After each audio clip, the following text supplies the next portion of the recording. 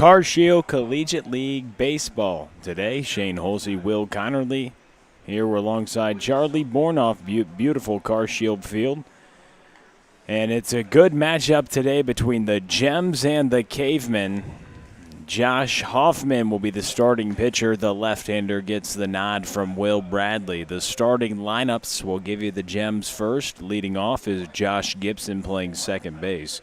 Kylan Cunningham hitting second, playing right field. Tyler Fogarty, the three-hole, playing left field. Gage Cruz batting cleanup at first. Matt Westfall to follow, the catcher. Then Lane Baremore at shortstop. Jack Rigoni in center field. Nick Wilkie, the designated hitter. And Kyle Franklin to round out the lineup. For the Cavemen, it's Zach Floyd leading off, playing right field. Seth Halverson in center field. Luke Mann hitting third at first base. Oh, and hasn't he been tearing it up? Mark Schallenberger, the cleanup hitter. Brennan Claus, the catcher. Colin Turnbow, the shortstop.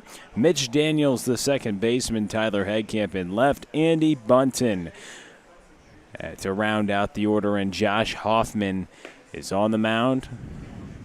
Brennan Claus, the catcher, throws it down, and we're set to be underway for another day of baseball. Another 3 games today, but first it's the Gems and the Cavemen. The 5 and 6 Gems taking on the 4, 7 and 2 Cavemen. Josh Gibson will lead things off, and he's been a slugger at the top of the lineup for Justin Paulson this summer. Josh Gibson already with 5 doubles so far. A team high. Slugging .552, a .941 OPS. The slugger with a couple doubles and a home run. 5 doubles.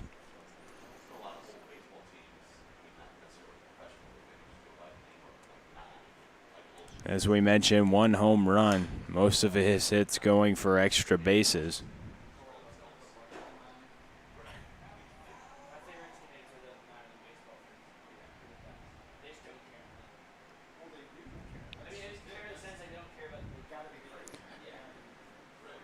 Gibson, 1 ball and 2 strikes. Hoffman's pitch. This one's popped into left field. Turnbow's backtracking forward, and he'll make a nice play for the first out as he backtracks and makes that one. Welcome to the ballgame, Colin Turnbow. That's a much harder play than it looks. An infielder running back on a baseball like that, you're keeping your eye on the ball, but you have to be aware of the outfielder coming in and have a sense of where he is as well. And he knew that ball wasn't quite deep enough for the outfielder to get to it, so he had to run full speed and make a nice diving catch. Kylan Cunningham into the box. Hitting .375 this summer. A top 5 mark in the league. It was at Wabash Valley. Now going to St. Charles. A big-time pickup. A left-handed hitting outfielder. Takes the breaking ball from Hoffman. Hoffman on the mound, getting his 3rd start of the summer. He's 1 and 3. He's thrown 12 innings, surrendered 10 hits, 6 earned runs, 11 strikeouts, 9 walks, has a 3.5 earned run average. Will Bradley looking to get some length out of the left-hander in his 3rd start of the summer. The 2-2, right back to Hoffman. Flips it over to Mann at first, 2 away.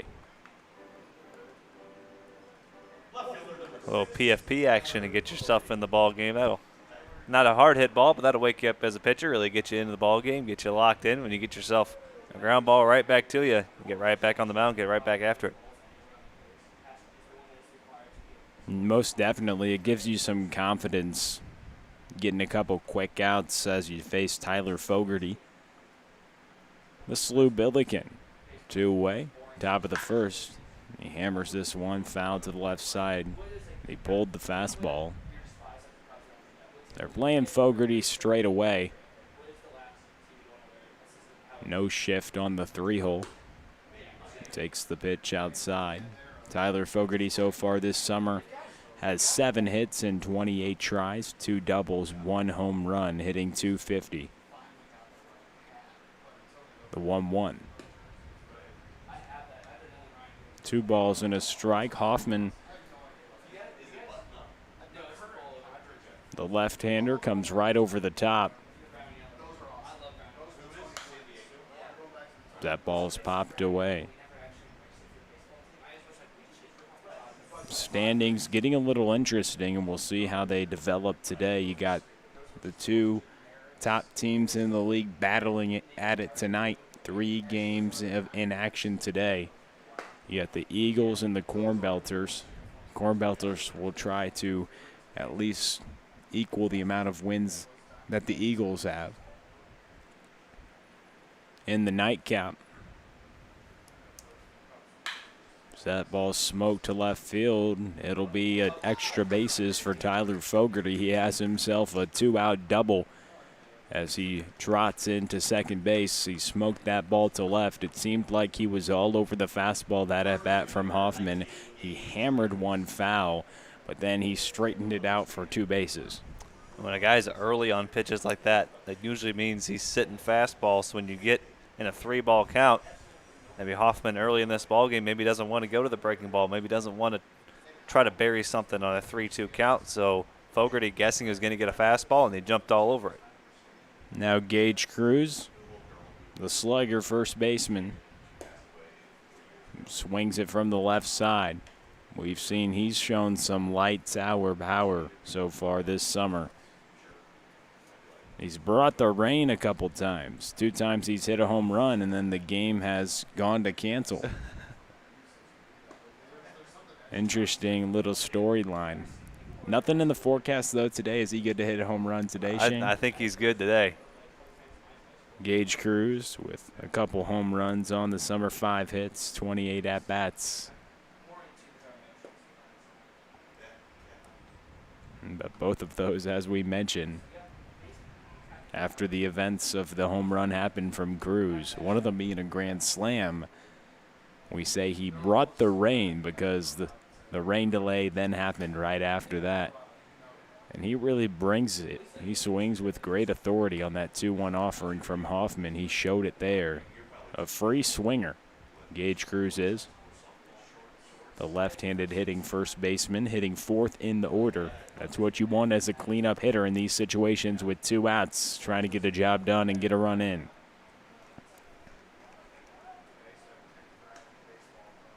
The lineup's construction for coaches, that the ideas are a lot of times changing now. Sometimes teams will have their best hitter hit second or even first to get the most at-bats out of a guy, as Cruz swings through the inside fastball against Hoffman. And the 2-out double is stranded. Tyler Fogarty at second base. No score after the top of the first. We send it to the bottom frame.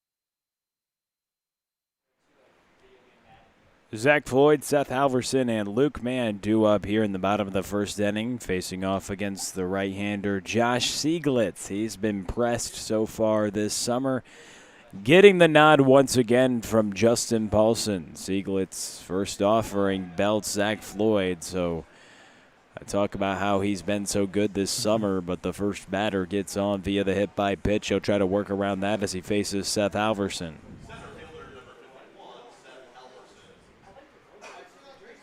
Still getting things under wraps. That's just the first pitch of the ball game, albeit a hit by pitch, but that's kind of the equivalent of a leadoff walk, I guess you could say, but really it's really just one pitch getting away from you, so not as much of a concern on the first pitch of the ball game. You're going to see a lot of strikes out of the right-hander, Josh Sieglitz.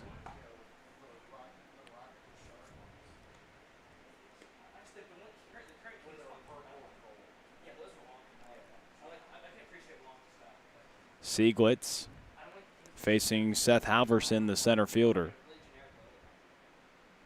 after the leadoff hit by pitch.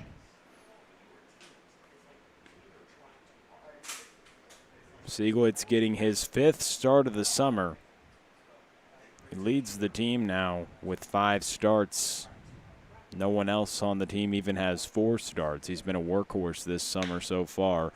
That ball's grounded. Could it be 2? 5, 4, 3. He got it. And Sieglitz, after the leadoff hit by pitch, erases it with 2. That's exactly what you want. Now it's almost like that hit by pitch didn't even happen. It's almost like you faced 2 batters, got 2 outs. Look at that. Right back, you're back in the windup, right back in this game. Nobody on. And this is a situation you want to face this guy, Luke Mann, with 2 outs and nobody on. And Sieglitz, we mentioned a strike thrower. He gets a lot of ground balls.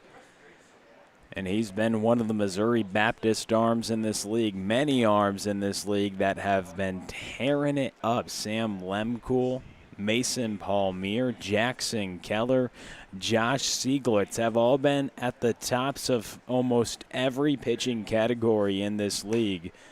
They've really shown their dominance. They're at the top of the table with the likes of a Tyler Cleveland and a Devin Turback and a lot of quality arms who have been very effective on the mound this summer.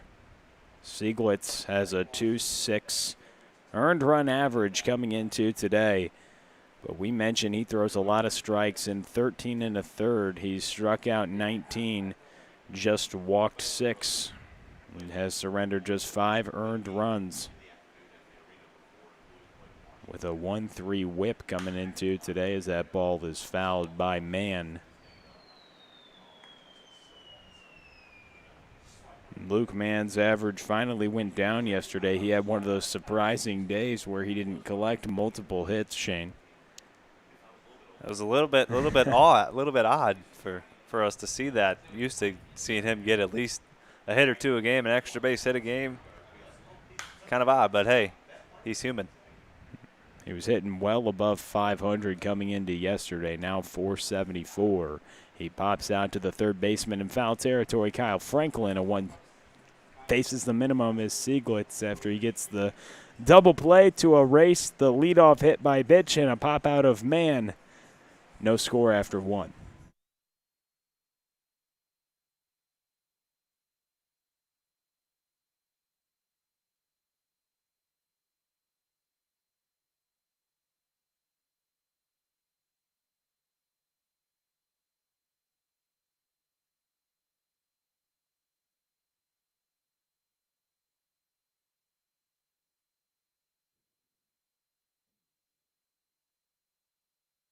$19.96. The company operates a 400,000 square foot, 45-acre facility on the Illinois side of downtown St. Louis. So if your company has large amounts of scrap metals, batteries, or electronics to recycle, you can call Interco Recycling at 1-877-258-3601 or go on the web at www.itcscrap.com. Interco Recycling, a Mellotronics recycler since 1996. Matt Westfall, Lane Bearmore, and Jack Ragoni. The hitters for the Gems here in the top of the second inning, facing off against Josh Hoffman, who faced 4 batters in the first. Tyler Fogarty had a double with 2 outs, but struck out Gage Cruz to end the inning. So 5, 6, and 7. As Westfall a swing and a miss on the 2-0 offering from the left-hander.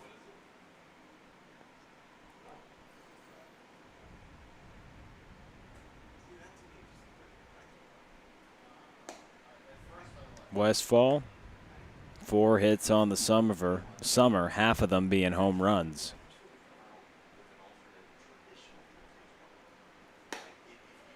And he takes a walk to lead off the top of the second inning. That brings up Lane Baremore.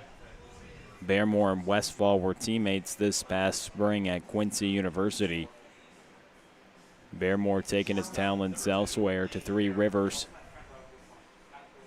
He comes up here in the top of the second. Baremore so far this summer, 4 for 22. Swing on the first pitch is foul. He's had 3 runs batted in on 4 singles, drawn a couple walks, scored a couple runs. The right-handed hitting shortstop comes to the plate with 1 on and nobody away. The ball gets through the infield, a diving Andy Bunton, but just got past his glove. A single to left. Runners on first and second now for the speedy Jack Rigoni.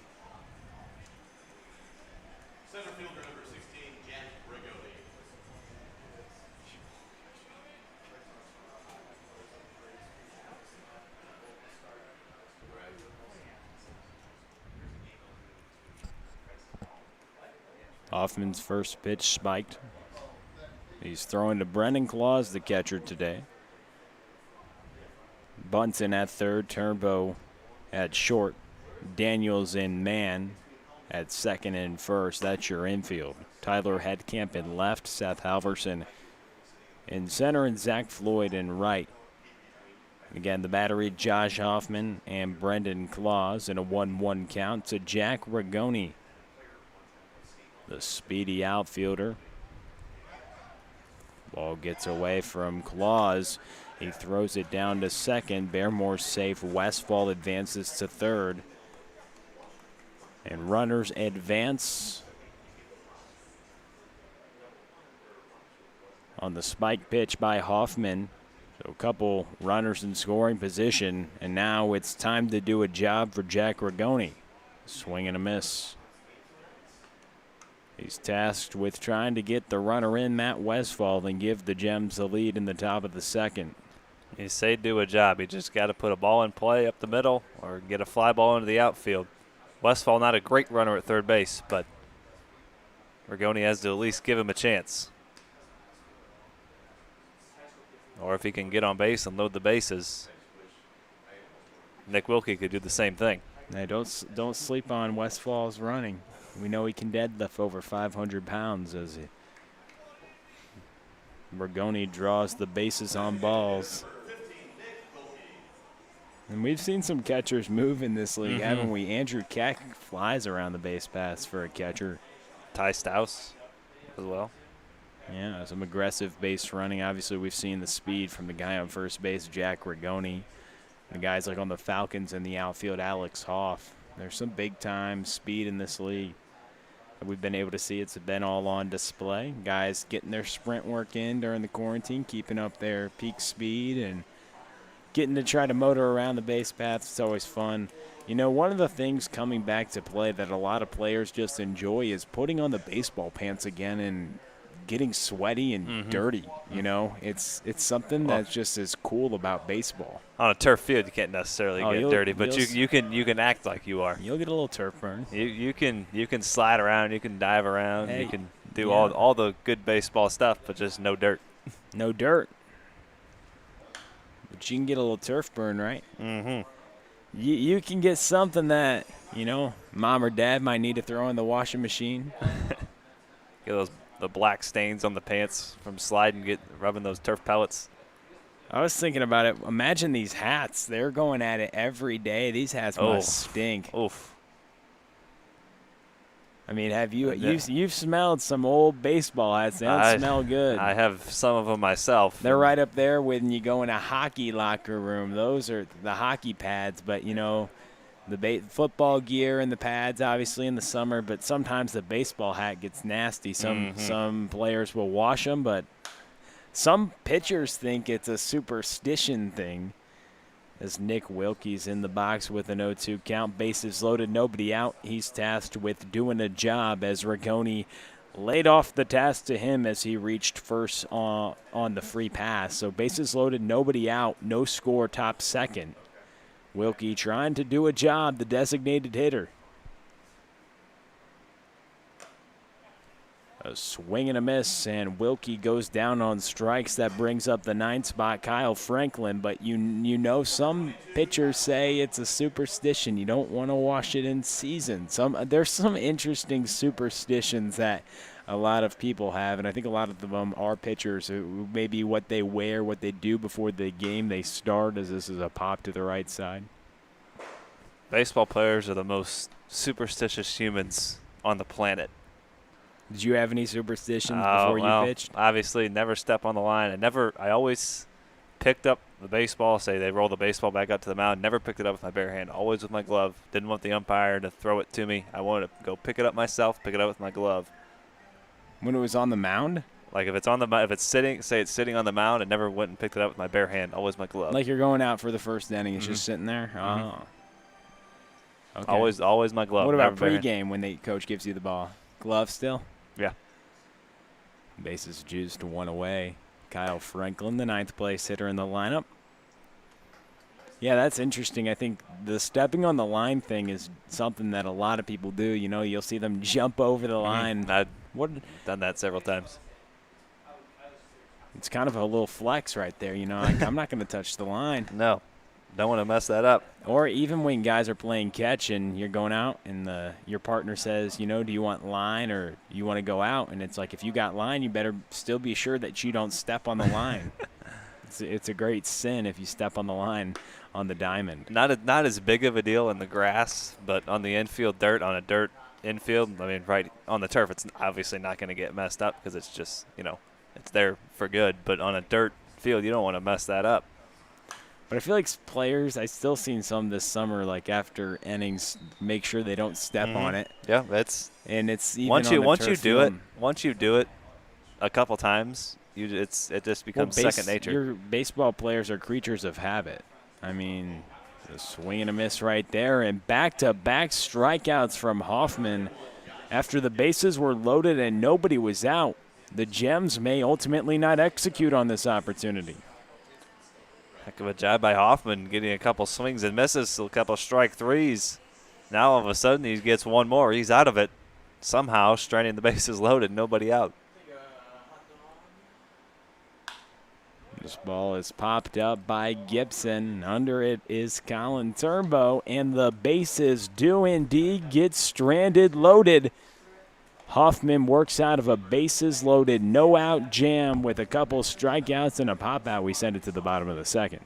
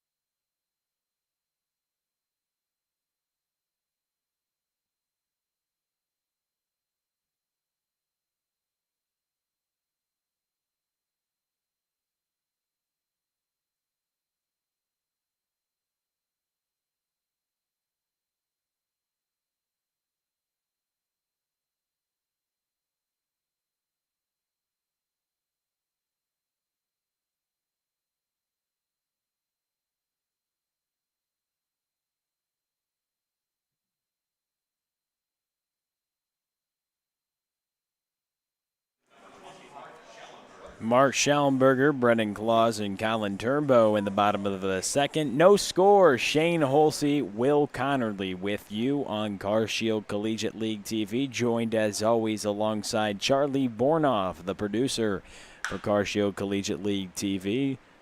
Schallenberger hammers that ball foul. Against Sieglitz, who faced the minimum in the first, he led off the game with a hit by pitch. But then he erased that with a 5-4-3 double play. And then he got Luke Mann to pop out.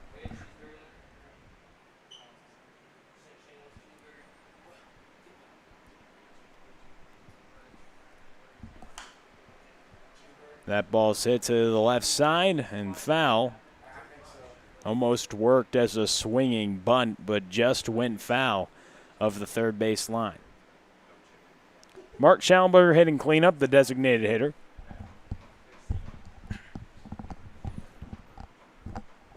Five for 22 so far this summer. 3 hits. One of them was a double, one was a home run.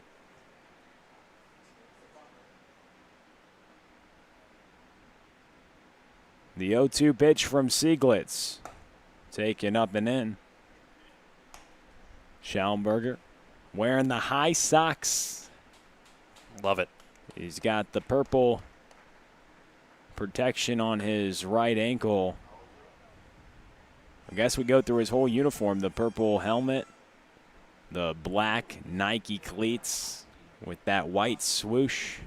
You know, he's got a nice little combination. Mm-hmm. Classy. Good little swagger out there. He's got some nice batting gloves as well.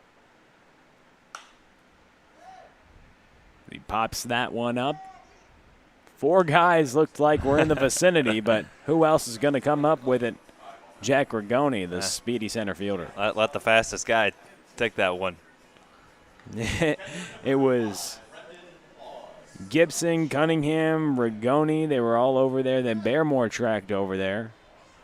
The ball popped up. We know the range Barrymore has, but so he got in the mix in that pop out to shallow right center field. Another pop up. The catcher, Westfall, doesn't know where it is. Sieglitz might catch this one. I didn't know if pitchers were supposed to do that. Just kidding. Sieglitz catches it for the second out. Doing it himself. A couple quick outs here in the bottom of the second. And, man, how fun is it to watch Josh Sieglitz pitch. He throws so many strikes, and he's been really able to execute the fastball to both sides of the plate. And that's why you see weak contact in both capacities of weak pop-ups and ground balls, and has been so efficient so far this summer. It's been a treat to watch. Not a lot of guys are going to square him up the way he throws the ball in the strike zone, but you can throw the ball in the strike zone, but if you're throwing the ball right down the middle, you're going to get hit and hit and hit and hit again. But Sieglitz works the ball on the corners, gets a lot of weak contact, and you see a pitch like that on the first pitch. Colin Turnbow fouls that back, and he was jammed on the first pitch. That tells you right there how much his stuff is moving, how well he's spotting the ball on the corners.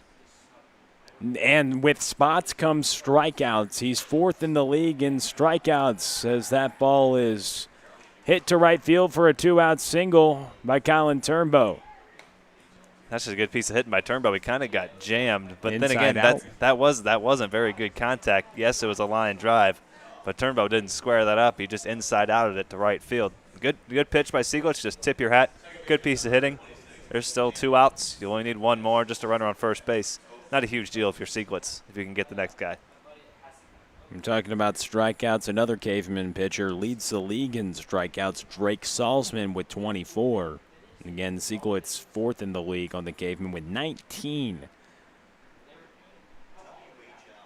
The other Cavemen arm, as they're playing the Cavemen today. Sieglitz, a member of the Gems, pitching here in the bottom of the second inning with a runner on first base and Colin Turnbow. Mitch Daniels into the box. Gems Cavemen. A swing and a miss on the Sieglitz breaking ball.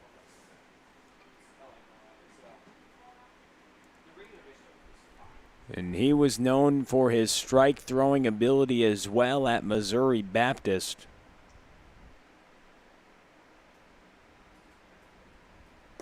Gets a strikeout there. He scoots behind Westfall. He'll have to get to it quickly. He lost his glove and his catcher's mask. He got behind it, but the runner will get on. It's a strikeout, but a drop third as Daniels reaches first base. Bit of an awkward play there. Wonder if Westfall maybe got his thumb jammed or something. Usually you don't see a glove pop off like that, but maybe he got it jammed in the turf.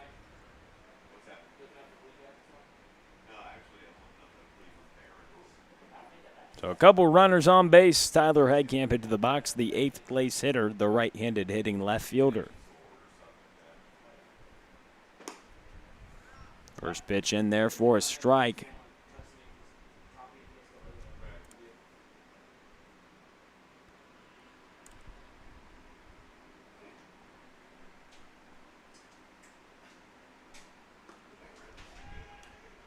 As Headcamp holds up on the next offering. Sieglitz had 10 starts for the Spartans in 2019. Through 53 innings, just walked 19 hitters. A prominent member of the Spartans' rotation. The runners on first and second in the bottom of the second, working to Headcamp. The ball's popped away. He got a couple quick outs, but a Turnbow single. Had a nice piece of hitting there, kind of an inside-out swing to right field. But he got the strikeout of Daniels, but it got behind the catcher Westfall, and the drop third has runners on first and second.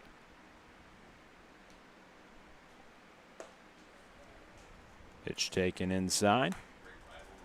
Sieglitz led the Spartans pitching staff with 33 1/3. In 6 starts, him and Mason Palmier were prominent starting pitchers for the Spartans. Both in this league have impressed so far.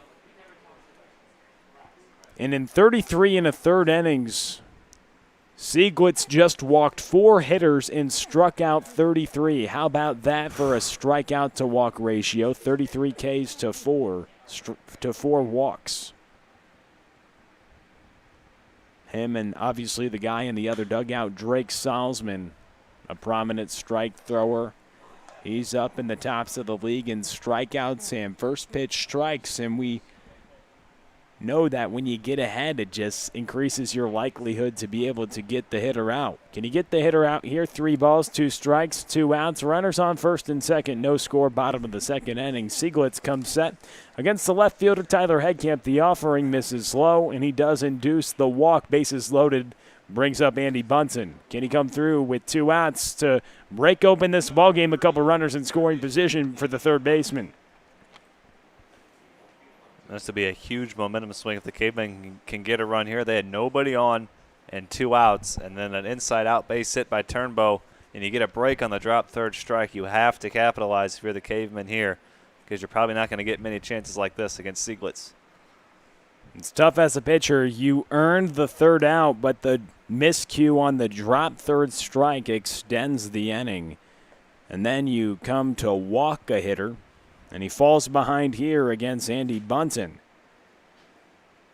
1 ball, no strikes, no score either. Bunton trying to change that with a couple runners in scoring position. Bases juiced for the Cavemen. Andy Bunton, 1 single on the summer so far.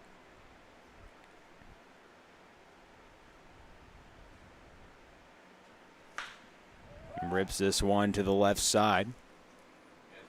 He's put together some great at-bats the past few games. A couple runs batted in, a couple runs scored. And he's walked more times than he's struck out this summer. That's always a great quality that a hitter's putting together pretty good at-bats.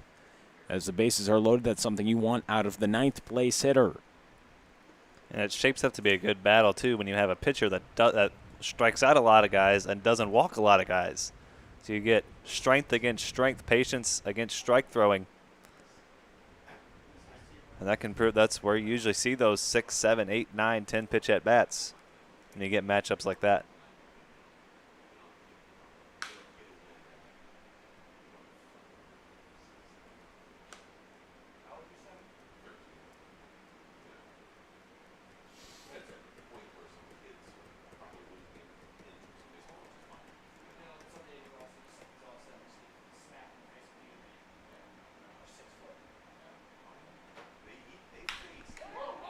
right back at you. That's how you strand the bases loaded.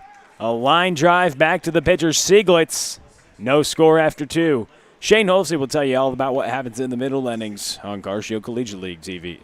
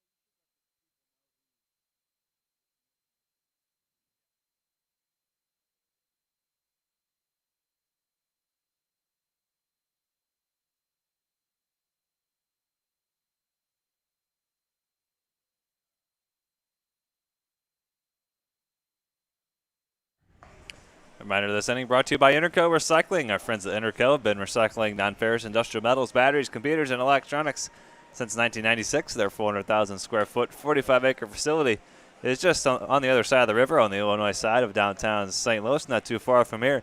So if your company has large amounts of scrap metals, batteries, computers, or electronics in need of recycling, you can give Interco a call, 1-877-258-3601. Or you can head to the web, open a new browser, and type in itcscrap.com. You can find them there as well. That's 1-877-258-3601. Take a pen, jot that down real quick, or just head over to itcscrap.com, and they'll handle all your recycling needs. Interco Recycling, a Metaltronics recycler since 1996. Kylan Cunningham leads things off in the third and promptly skies that one in the shallow center. And that's put away by Colin Turnbow for out number 1. 1 pitch, 1 out here in the third. Hoffman worked out of a bases-loaded, nobody-out jam. Did his best Harry Houdini impersonation, got out of that inning. Both pitchers escaping bases-loaded jams in the second inning. And we stay scoreless here in the third, 2-3-4. Cunningham, Fogarty, and Cruz for the Gems as Cunningham popped up on the first pitch. He's 0 for 2. Now Fogarty, who doubled into the left field corner.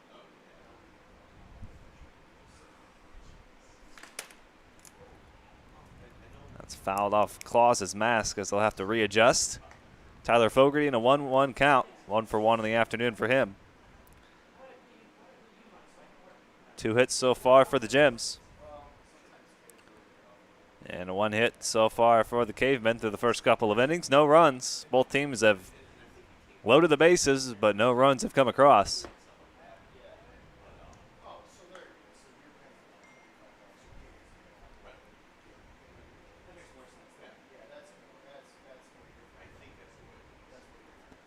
A 1-2 offering coming from Josh Hoffman. Right down the middle, strike 3. Got him on the off-speed pitch. 2 up, 2 down here in the third. Hoffman making quick work of the 2-3 in the Gems order. And now Gage Cruz, who struck out swing his last time up. That's 4 strikeouts for Hoffman through 2 2/3. You get a little momentum sometimes if you strand the bases loaded, nobody out, Shane. He went to dig deep. Now he started off the third inning where he picked up things back in the second. Since he loaded the bases on a couple of walks and a base hit, 5 straight retired for Hoffman. 3 of those coming via the strikeout and a couple of pop-outs to short as Cruz launches that one. Well fouled on the right field line, had home run distance, but well foul. A little bit jumpy on the first pitch there from Hoffman, trying to yank one down the right field line. Short wall in right field, just under 300 feet. But that high wall can take away a lot of home runs.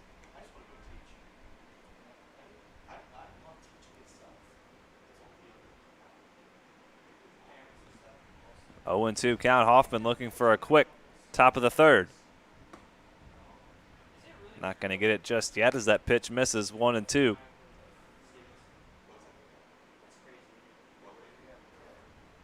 4 strikeouts, couple of walks, couple of hits for Hoffman so far. Now he's got 5 strikeouts, couple of strikeouts in that inning. He's retired 6 straight. And we head to the bottom of the third. Still no score here on Carshield Collegiate League TV.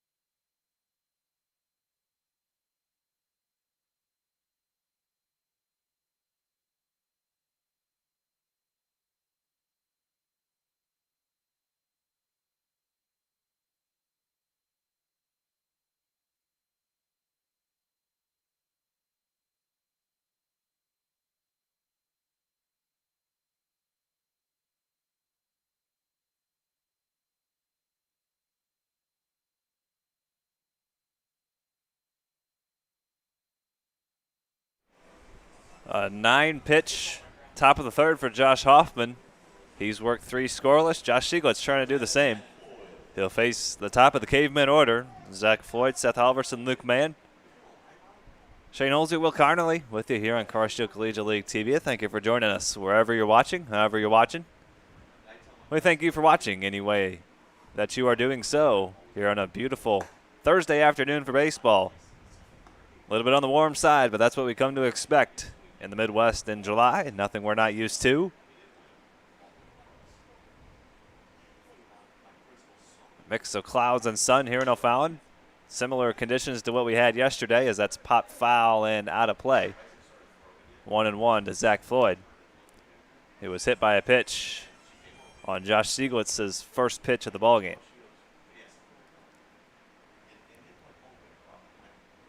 Had some rain earlier this week, caused some delays, some cancellations. But the rest of this week looks really good in terms of the weather. A bit on the warm side, but not going to keep us from bringing you all the action here on Carshield Collegiate League TV, and not going to keep these players from getting out here and doing what they love, playing some baseball here in the summer of 2020. Glad we can say that. 2-1. Just missed.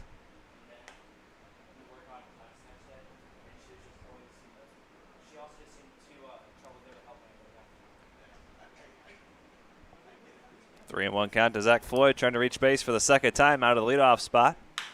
And he grounds that one up the middle. A bare hand by Sieglitz. How about that play? He's had a couple of interesting ones today. He snatched a line drive right back at him to end the second, and that one, he made that one look easy as pie. That's interesting. A little smile from the right-hander. Doing something special on the mound. And that right back at you to get out of the bases loaded jams, and then to start off the third, making a nice play. Didn't even need the leather, Shane. The last 3 outs he's recorded have been a pop out that he caught, a line drive that he snagged, and then that barehanded play.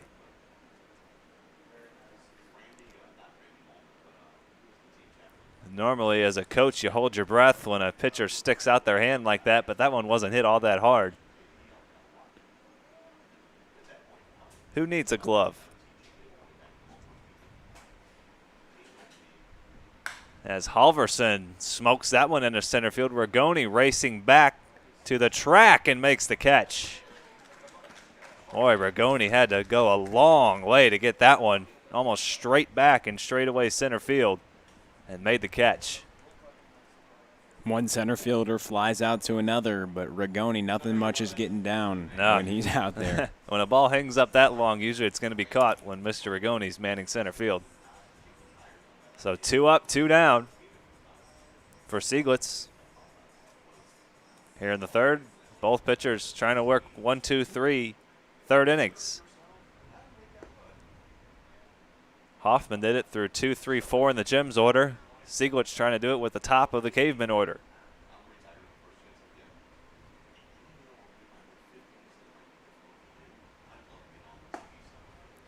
Two-0 count here to Luke Mann. Dangerous count for him. Been tearing the absolute cover off the baseball. No hits in the last couple of games, but hitting up near 500 still as he chops that one foul. Leading the league in just about every offensive category, or at least tied for the lead in most every category. Former Vianney standout, now Missouri Tiger. Having himself a summer, hitting in the 3-hole for Will Bradley in the Cavemen as he pops that one foul and out of play.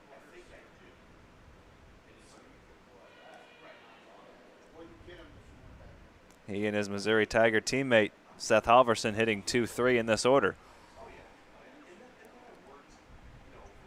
Both fantastic hitters, and both have shown a little prowess on the mound as well. A couple of two-way players, two-way Missouri Tigers, as Mann fouls that one back.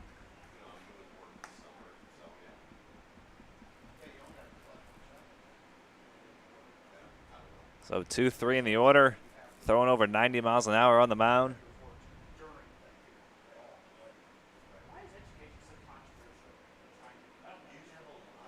Spectacular athletes we've seen here in the Carshill Collegiate League. The 2-2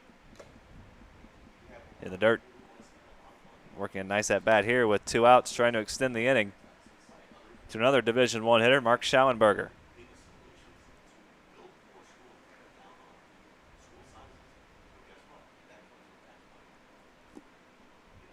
The 3-2 from Sieglitz, outside. So Luke Mann is on for the first time, and a 2-out walk. If you remember last inning, Sieglitz retired the first 2 hitters and then gave up a base hit to Colin Turnbow. And the Cavemen subsequently stranded the bases loaded after a drop third strike and then a walk, and then a line drive right back at Sieglitz. And Schauenberger looks at a ball 1-0.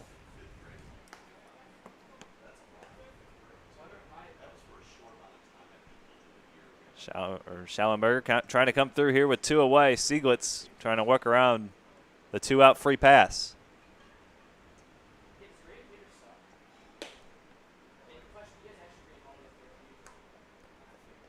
Two walks and a hit by pitch in the ball game so far for Sieglitz here in just the third inning. Strike throwing machine. 33 strikeouts and just 4 walks this spring at Missouri Baptist. And Schallenberger smokes that one foul on the right field line. Jumped all over that 2-0 pitch.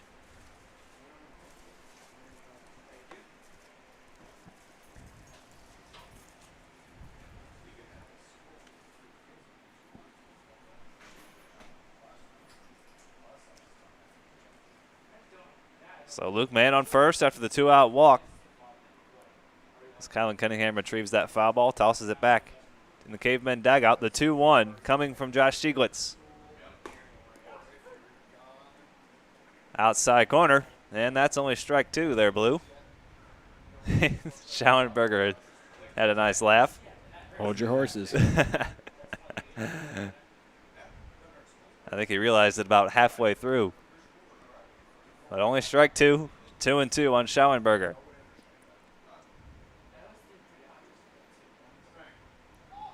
And Mann jumps off first and slips, but scampers back to the bag.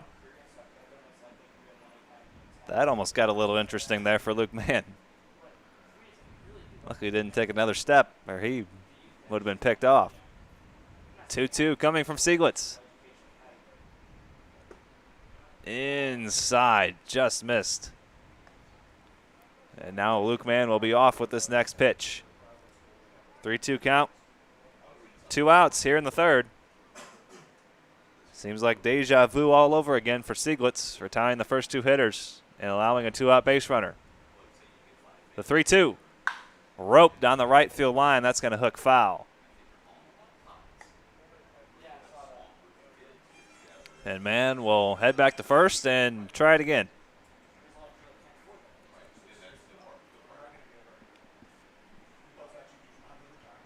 Seventh pitch of the at-bat coming here to Mark Schallenberger, trying to extend the inning for Brendan Claus.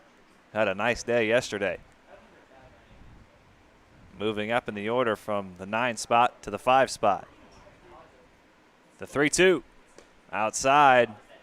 2 straight. 2-out walks.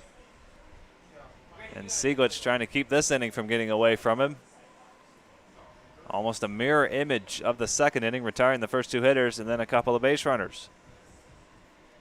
Sieglitz having a tough time closing out these innings in a quick fashion.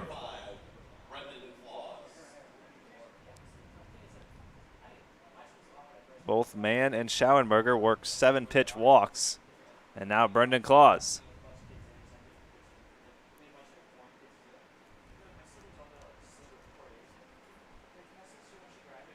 Claus had a couple of hits and an RBI yesterday against the Corn Belters.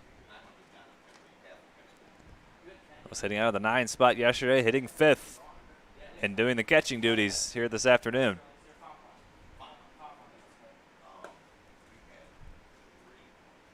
He popped out to Sieglitz for the second out of inning number 2. So 0 for 1 on the day for him. Trying to come through with 2 away. And that's blocked by Westfall. Mann trying to take third, and he will. He got a good read on that ball in the dirt. Good throw, likely would have had him. But being aggressive with 2 away and both runners move into scoring position. Mann was off when that pitch, almost before that pitch even hit the dirt. As he read that ball down in the dirt, realized it was going to be low and took off immediately, no hesitation. He and Schauenberger move up into scoring position with 2 away. And that's chopped foul for strike 2. So now a base hit will likely bring in a couple of runs instead of just 1.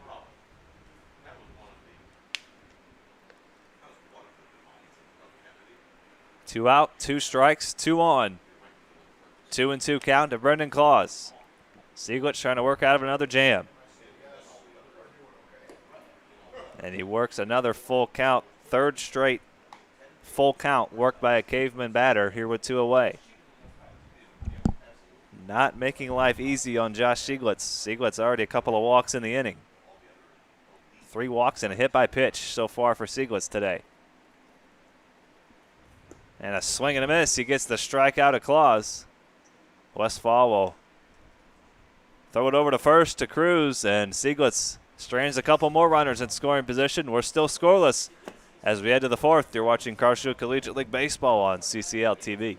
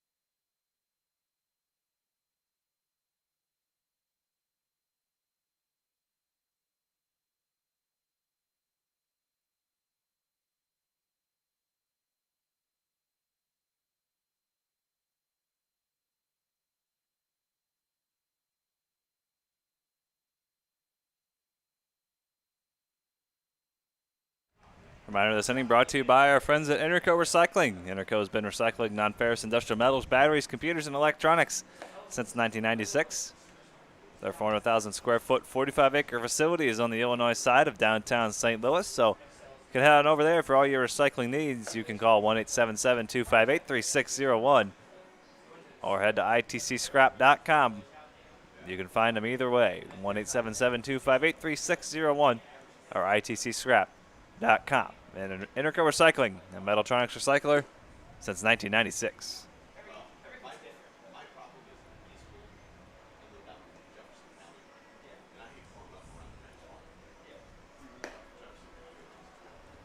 Josh Hoffman back out there for inning number 4. Both starters have worked 3 scoreless innings.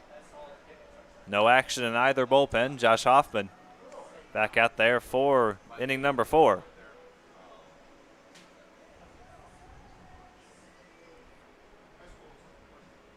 The last 2 starts ago, or 2 appearances ago, rather, Hoffman's last start, he worked into the 6th inning against the Eagles, gave up a walk-off base hit. That was in the 6th inning. They decided to play 6 innings. Gave up the walk-off base hit to Hamilton Anderson, but he was solid that day. Just 4 hits, couple of runs, and 5 1/3. Worked a scoreless inning his last time out against the Falcons last Friday, as Westfall pops that one a mile high on the left side behind the plate, and Claus drops the mask and puts it away for the first out. 7 straight retired for the left-hander. And that comes after you had the bases loaded, nobody out. That changes the trajectory of that game. Getting Nick Wilkie and Kyle Franklin to strike out, we may go back and look at that and say that could be the ball game right there, because you have the bases loaded, nobody out. You're tasked to get the job done, not once, not twice. He gets 2 strikeouts and a pop-out. That changes everything, and now he's retired 7 in a row. As that plunks Barrymore, he'll take first with 1 away, and that just drives you crazy as a coach. When you had the bases loaded, nobody out, you'd think one of those 3 guys, at least one of those 3 guys, can at least do something to get a run in. But when you don't, that can really shift the momentum to the team that was in the field. Oh, yeah, that's why a lot of coaches they say they get the gray hairs a little earlier. They lose their vocal cords a little earlier in their career because of a couple of those situations. But, I mean, it obviously is going to happen throughout the season, but the amount of times you can get a job done, as simple as it is, and sometimes batters will put too much stress. Oh, I have these RBIs I need to get. But, you simply just trying to execute in those situations. And, I mean, if you look at it from a pitcher's perspective, you're pitching to get a strikeout. And when you're pitching to get a strikeout and not walk a guy, it's one of the hardest situations to be in with the bases loaded. But give credit to Hoffman for getting back-to-back strikeouts back in the second when the bases were juiced. So that hit by pitch breaks a string of 7 straight retired. And Lane Barrymore on first now for Jack Rigoni. He made a nice running catch out in center field in the 3rd. He fouls that one away. 1-2 for the former SIUE Cougar.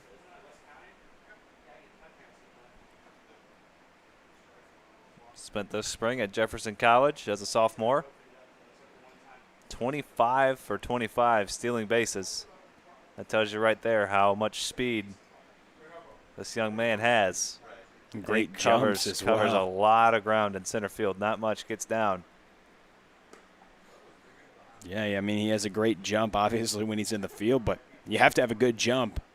You can't just be fast. You got to get a good jump off of a pitcher, too, and he does that, obviously. And you're getting on base so much and getting those opportunities, he can hit as well, above 300 hitter, too.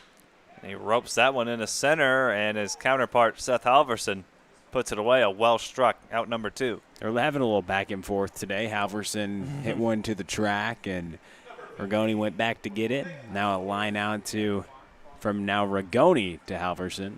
It's like, Rigoni is like, you give me one, I'll give you one. He returns the favor, right?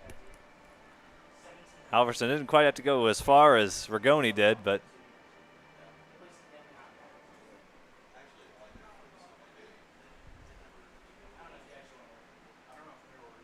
Now Nick Wilkie with 2 away, runner on base. Wilkie struck out with the bases loaded in the second. First pitch swing, fouls it back.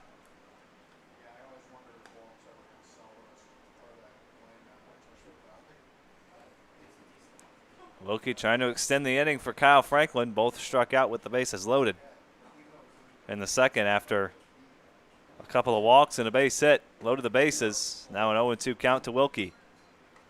Still looking for his first hit.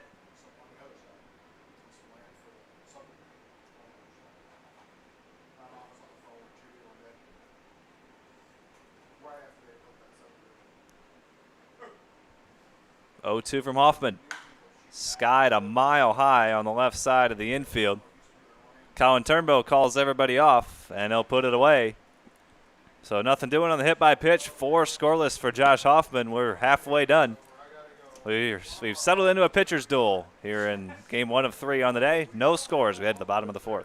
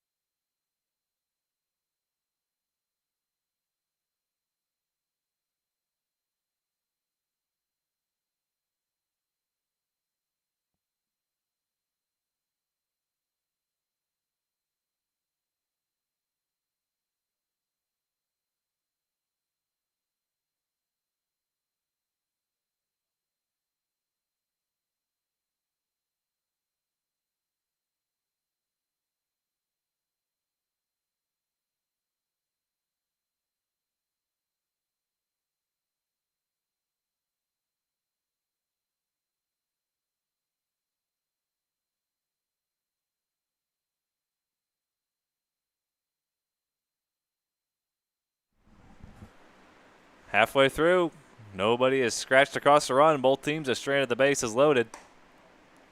And the Cavemen have stranded multiple runners in scoring position in back-to-back innings, unable to come through against Josh Stieglitz. Hoffman has worked 4 scoreless, Stieglitz 3 scoreless.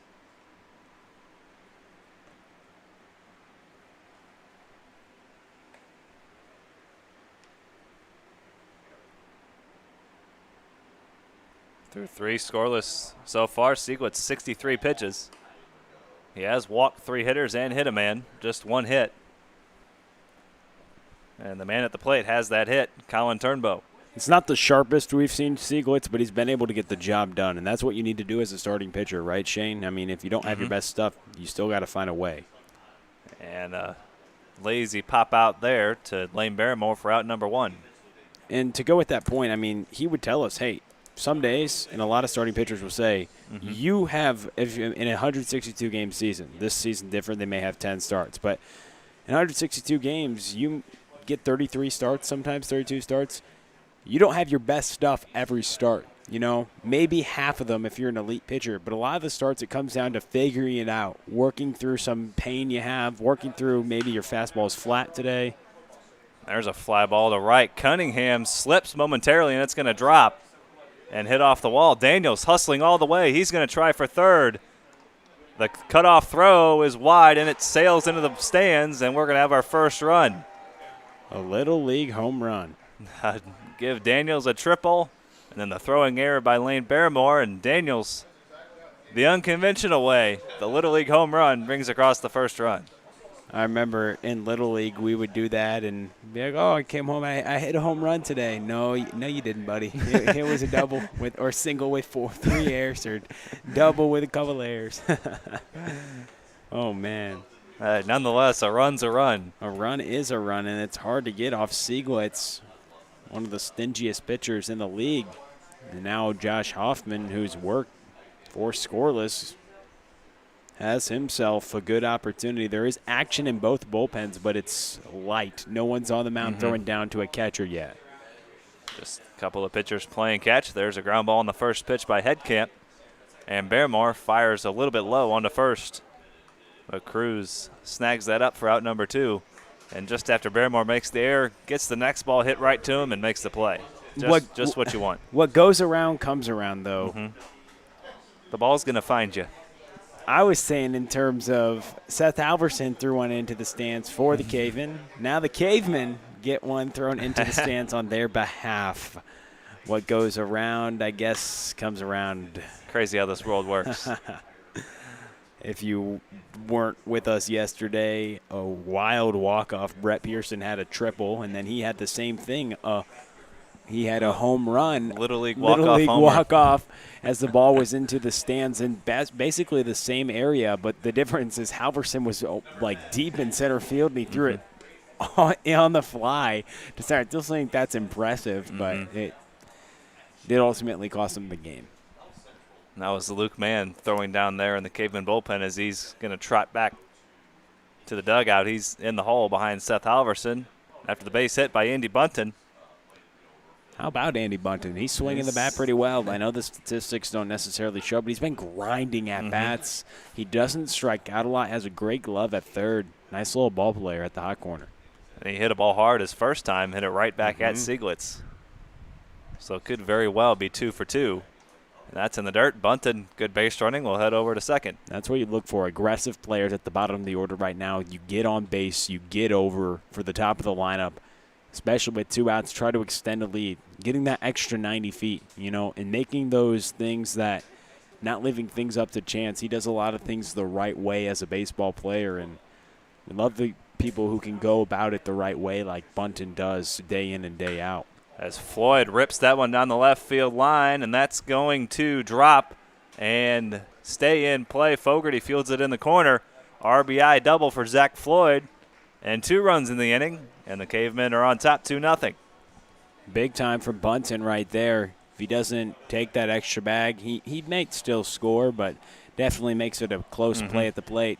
Nonetheless, a nice double from Zach Floyd. He's been on base a couple times, started off the game with a hit by pitch. But now Seth Alverson a chance to redeem his 0 for 2, and maybe they sniff a 2-out rally coming. And if Cavemen can get runs, and that was indeed Luke Mann getting warm in the bullpen, good luck to the Gyms. He's been lights out on the mound. They have him a 2-run lead. Should he come into the ballgame, Hoffman has been solid. 4 shutout innings, 5 strikeouts. I wonder how long Will Bradley will stretch him out. And the 2-out struggles continue for Sieglitz. He's just struggled to close out innings.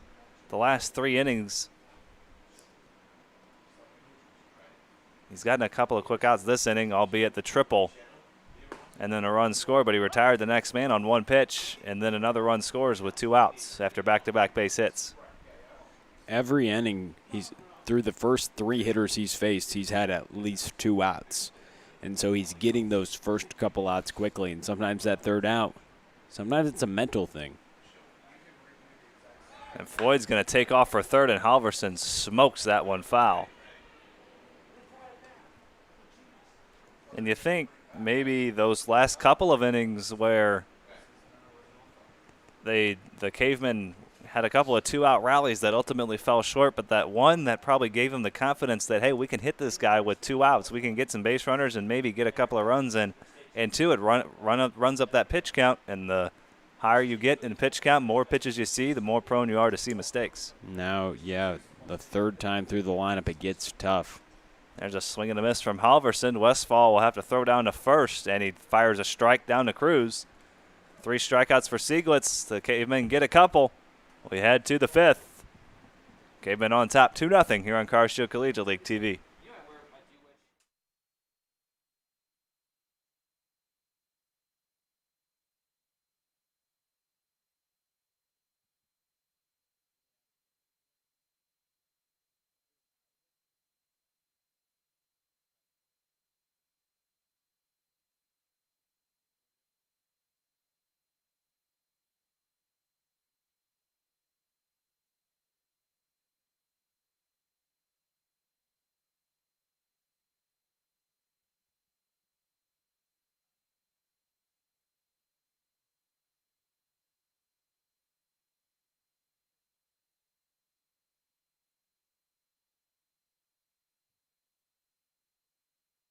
Reminder of this inning brought to you by our friends at Interco Recycling. Interco has been recycling non-ferrous industrial metals, batteries, computers, and electronics, all that since 1996. They operate a 400,000 square foot, 45-acre facility on the Illinois side of downtown St. Louis. So if your company has large amounts of scrap metals, batteries, or electronics in need of recycling, you can give Interco a call, 1-877-258-3601. Or you can head to the web and type in itcscrap.com. Well, you're already on the web, so just open a new browser, type in itcscrap.com. Interco Recycling, a Metaltronics recycler since 1996.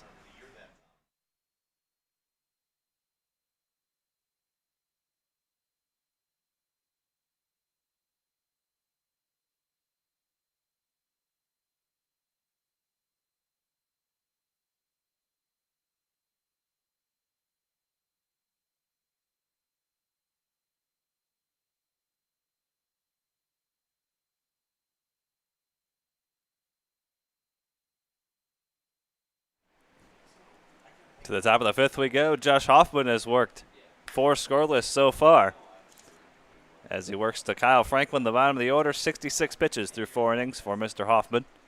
5 strikeouts, couple of walks. And Hoffman has retired 9 of the last 10 batters he's faced. Just the one hit by pitch during that span. He loaded the bases with nobody out in the second inning, but since then, just 1 base runner. For the Gems, Hoffman has been rock solid here this afternoon.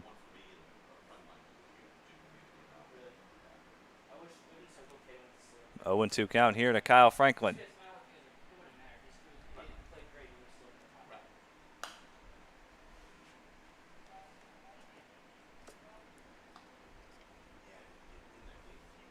Franklin struck out with the bases loaded. Back in the second. That was a second out. Here an 0-2 count. Make that 1-2.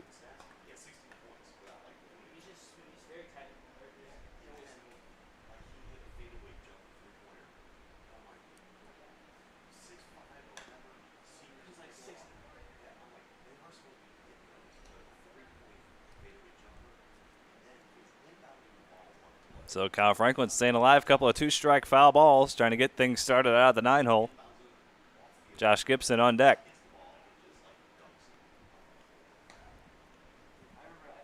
Franklin working a good at bat. Took 6 pitches to strike him out. In the second, this is pitch number 7 coming here. And he loops that one to third. Bunton, an easy play for out number 1.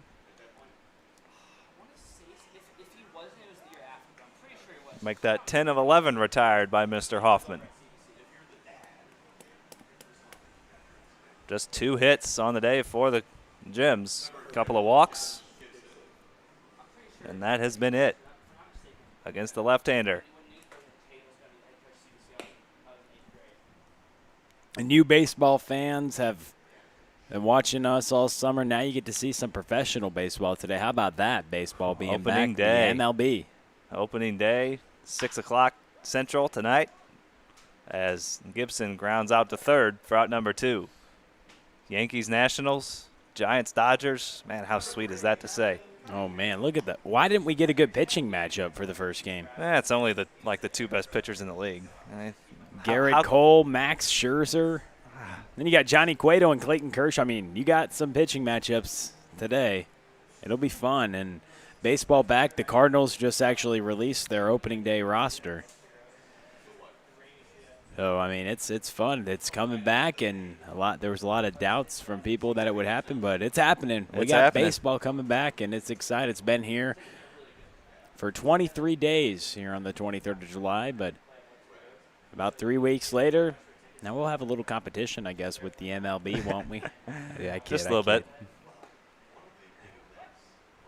But no, only the biggest baseball league in the world. We're sure a lot of baseball fans, though, who have been supporting us and watching their kids, some of their athletes, will continue to watch, obviously, but you'll have a little more baseball in your life. And if you're like me or Shane, you don't get tired of baseball. No, never. I mean, we go home in between these games, and yesterday we were watching Orioles-Cardinals preseason baseball. We'll watch any game, anytime. If there's baseball on, we'll watch it, as that's popped into foul territory. Bunton can't quite get to it.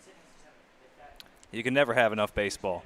We're talking to David Schmoll. He's like, the general manager here at Car Shield Field, and he's like, "How can you guys watch baseball? I just literally love baseball." So, and like a lot of people coming out of their way to get to watch some college professional baseball players, we understand you probably feel the same way or have vested interest in a player or something of that sort, a local product that you've seen before, and it's just we absolutely are excited, obviously, for Major League Baseball, huge St. Louis Cardinal fans, but that coming back, the MLB back today with a couple games, and then obviously the full slate gets kicked off tomorrow. That's going to be just so fun, Shane. So much baseball. I mean, remember, I'm just so excited on – it's, when you're hungry, it's like then you don't eat, and then you don't eat for about a few more hours, and then that goes for a few more weeks and then months. It's like you're just starving. You're starving for baseball. And that's ripped into right center, and Kylan Cunningham is going to put the Gems on the board. A no-doubt shot into the right field bullpen, and Cunningham cuts the deficit in half, 2-1. Second home run for Mr. Cunningham. No doubt about that one, a laser out to right center. He's doing so well this summer, hitting above 375. He shows his power. He really has a great lower half. He lays into the baseball. Can slug it, obviously, to all fields. They shade him to pull a lot, but if you're going to shade him to pull right there, just hit it out of the park. The best way to beat the shift is to hit it over the shift. And they don't shade him too much, just about a step or two to pull. And he's a hitter who can obviously go the other way too, but big-time bomb right there to get the Gems on the board. And while Luke Mann throws his warm-up pitches, he'll relieve Josh Hoffman. We'll take a break. We'll be back with you. Tell you about Mr. Mann, the pitcher, right after this, after Kylan Cunningham puts the Gems on the board with a solo shot to make it 2-1.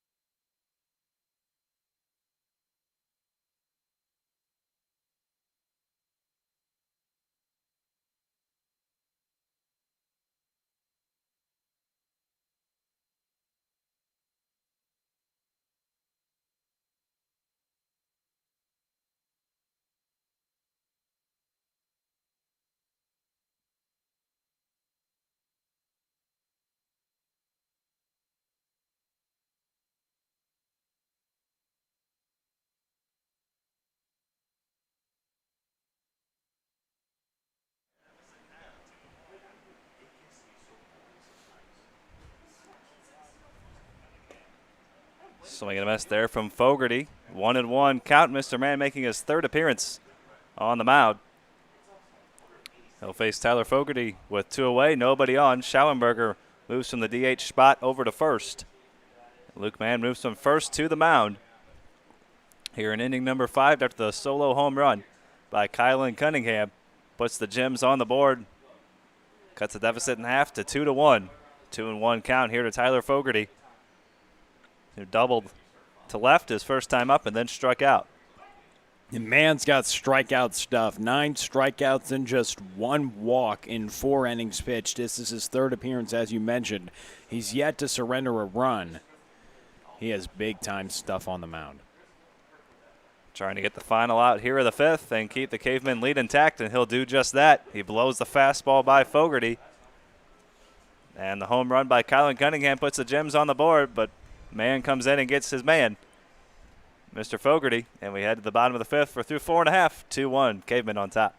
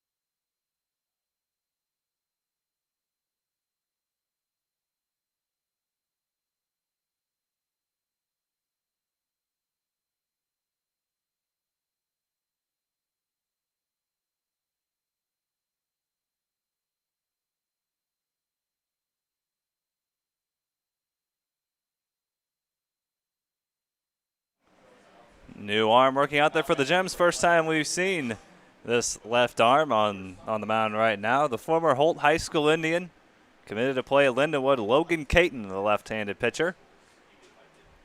Led the Holt Indians in innings as a junior. And he'll work to Luke Mann, Mark Schauenberger, and Brendan Claus, 3, 4, and 5. Caton, 11 appearances, 6 starts for the Indians last spring as a junior at Holt. Was going to be a senior this spring, as that's roped up the middle, and Lane Barrymore, right place and the right spot for out number 1. Caton, a 2.53 earned run average, 39 strikeouts, and 38 2/3 for Holt as a junior.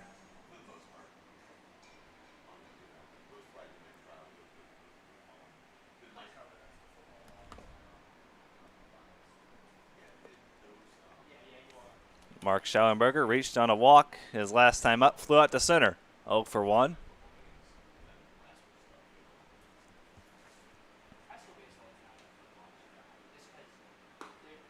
Caton will change up his delivery. You've seen it a couple of times. The first pitch to Mann, it was almost a quick pitch type throw. Really quick windup. Sometimes they'll go up and down just like that. A little Kershaw and sometimes he'll go straight to the plate, so he's going to mix up his delivery. Nice 4-pitch mix from this left-hander: fastball, curveball, slider, and a changeup. There's a pitch on the outside corner. Former member of the St. Louis Sox travel team and the Holt Indians. Oh, another former Holt Indian on deck, and Brendan Claus. And that pitch gets away, and Schauenberger's going to reach first. I believe that was ball 4 anyway. Schauenberger. Yeah, you can take extra bags on those, though.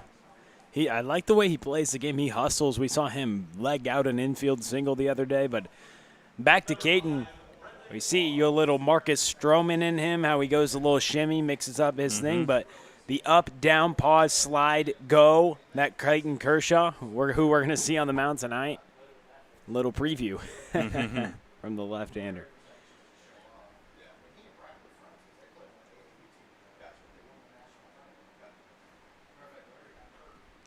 That first pitch to Claus misses in the dirt.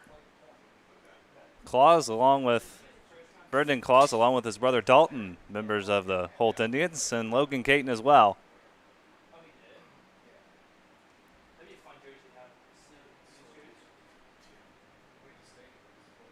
Logan Caton, the class of 2020. Brendan Claus, a few years removed from Holt High School, so these two didn't play together at Holt, but Holt Indians nonetheless. Probably heard of each other for sure. And Brendan's younger brother Dalton, a little bit closer in age.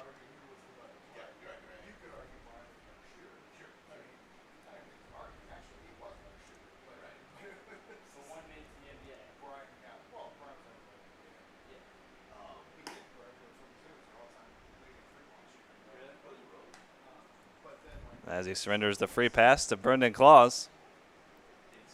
And he reaches base. Back-to-back walks from the left-hander.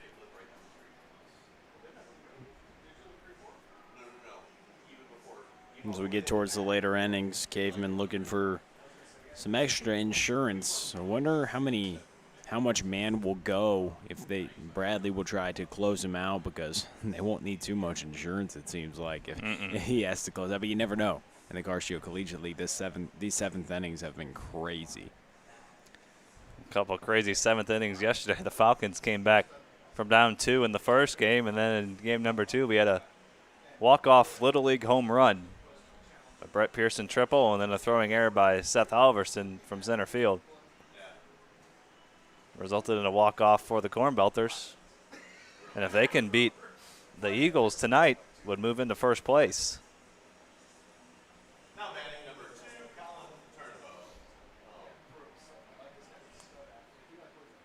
Gems trying to get back to 500. They sit at 5 and 6. Cavemen 4, 7 and 2, and with a 2-1 lead. Here in the bottom of the 5th, and looking for more. Schauenberger, a huge lead off second base. Caton not really giving him much of a look. And that can tell you a couple things. He's very confident that he won't pick off. He's maybe wanting to run, or he knows that Turnbow's going to swing, and he's trying to make sure he can get that insurance, as obviously they will need insurance. Just a slim lead of 1. That Kylan Cunningham home run played huge for the Gems getting back in this ball game. Now Caton gives him a couple looks, now 3, and delivers. As a pitcher, you want to, when you look back, you want to make sure the runner stops his feet. If he doesn't step off the mound, make sure you can get him to stop. Don't let his feet be moving when you're moving to the mound. That just gives him a huge secondary lead opportunity. Make him jump back before you go back to the mound and get his momentum going the other direction. Schauenberger likes to be aggressive on the base pass. That's fouled away by Turnbow. Yeah, and some people teach the look sequence, like say you do a 1 and then you do a 3 look, then you go back to a 1 or a 2, and you mix it up and you have a mechanism for your looks. But other people teach the holds. You know, you only do 1 look every time, but you do different amount of times before you break to the plate. And there goes Schauenberger for third. Westfall is going to throw down to second, and that's going to scoot into center field. And Schauenberger, stumbling off the third base bag, is going to slide in feet first and score the 3rd run of the ball game. Oh, Schauenberger loves to run the bases, doesn't he? He just loves to run. Got to see him do some sprints. He loves running around the field. He loves it. Sprinted to first base on the walk. Was thinking about taking second.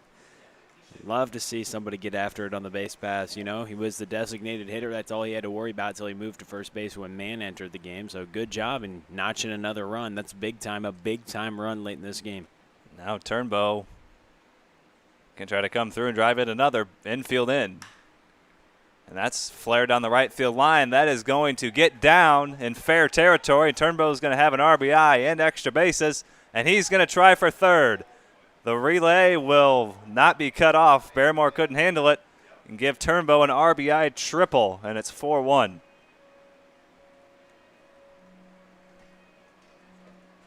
Wow, that was just fair. The wall disappeared behind that right field wall. That wall juts out, and we can't see about the last 50 feet down the right field line. And Cunningham couldn't get it in time. Kind of short hop Barrymore on the throw in, and Turnbow has an RBI triple.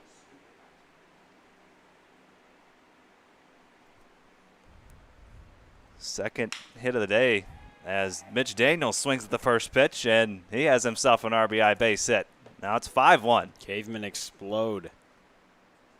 Getting all the insurance they can get. Turnbow, the RBI triple. And now the RBI base hit for Daniels.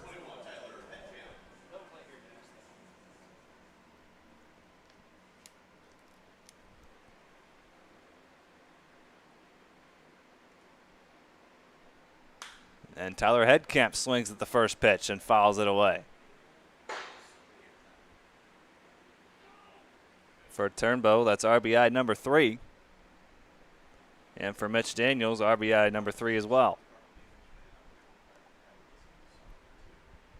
Not even giving me time to jot this down in my scorebook. Free swinging the Cavemen.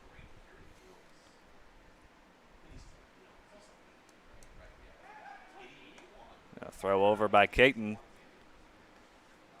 Running into a bit of trouble. He's already surrendered 3 runs in the inning. Cavemen looking for more.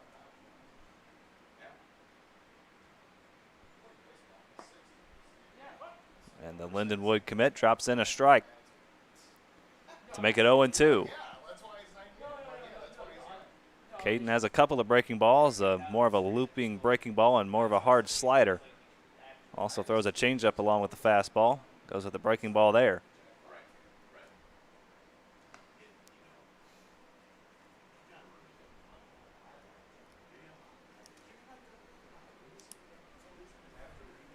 (5-1) Cavemen lead. They've struck for 3 here in the 5th.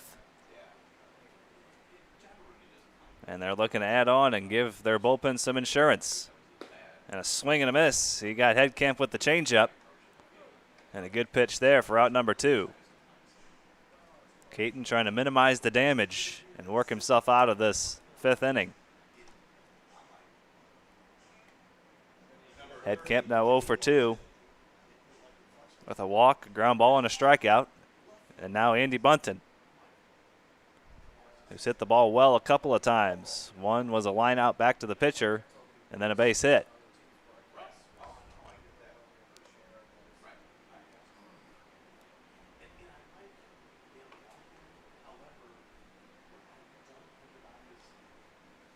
Three runs in the inning already. There goes Daniels for second. No chance for Westfall. That stolen base brought to you by the O'Fallon Family YMCA, the Y for youth development and healthy living. Social responsibility. Mitch Daniels swipes second. Now he's in scoring position for Bunton. Daniels picked a good pitch to run on there, the breaking ball. And there's ball 2 to Bunton.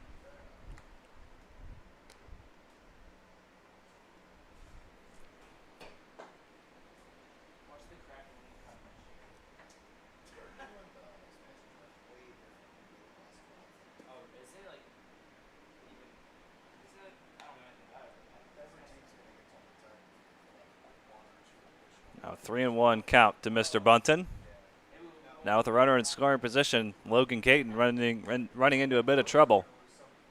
There's some action down there in the Gym's bullpen. There's a curveball dropped in for strike 2. 3 runs in the inning already for the Cavemen. Another one standing out there at second, Mitch Daniels, who had an RBI base hit. The 3-2. A curveball looped into center field. That's going to get down. Daniels is going to try to score. The throw from Rigoni is on the money. And Daniels is cut down at the plate. Second time Rigoni has cut down a runner at the plate so far this summer. And that one saves another run and saves the Cavemen from going up 5. They lead at 5-1 as we head to the 6th. Will Connolly will tell you about the last couple of innings here on Car Show Collegiate League TV. Cavemen on top by 4.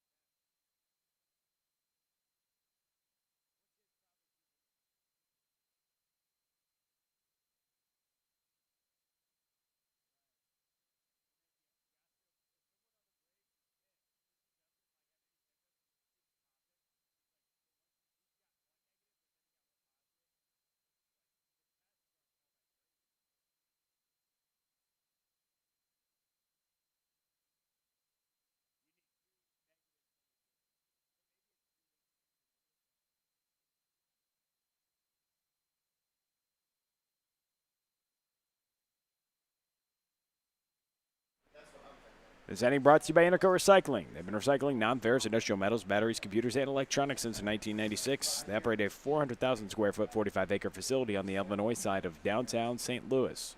Luke Mann's first pitch taken upstairs to Gage Cruz. So if you have large amounts of scrap metals, batteries, or electronics to recycle, you can call Interco Recycling, 1-877-258-3601. Luke Mann facing Gage Cruz, Matt Westfall, and Lane Baremore. Here in the top of the 6th, a 5-1 ball game. After the Cavemen scored 3 runs in the bottom of the 5th, Mark Schallenberger and Brendan Claus walked and scored. Colin Turnbow had an RBI triple and scored on a Mitch Daniels single.